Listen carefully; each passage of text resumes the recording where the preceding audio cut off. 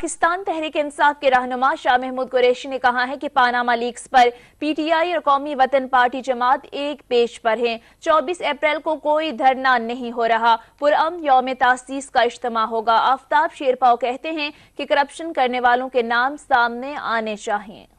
पाकिस्तान तहरीक इंसाफ के सीनियर रहनुमा शाह महमूद कुरैशी ने कौमी वतन पार्टी के सरबराह आफ्ताब शेरपाव से मुलाकात की, जिसके बाद मीडिया से बात करते हुए उनका कहना था कि पानामा लीक्स पर कौमी वतन पार्टी और हमारा मौकफ यकसां है। मसला सिर्फ वजीर आजम का नहीं बल्कि 250 लोगों का है जिनके नाम पानामा लीक्स में आए। जमहूरियत को पटरी से उतारने का ना हमारा मकसद था और ना है। अवाम जानना चाहते हैं कि पानामा लीक्स की हकीकत क्या है, जिसके लिए चीफ जस्टिस की सरबराही में बाख्तियार तहकीकाती कमीशन बनाया जाना चाहिए। उन्होंने कहा कि हम जमहूरियत को किसी सूरत डीरेल करने के हामी नहीं। 24 अप्रैल को इस्लामाबाद तहरीक इंसाफ का धरना नहीं बल्कि यौम तासीस होगा और F9 पार्क में जलसे के बाद पुरअमन तौर पर मुंतशिर हो जाएंगे।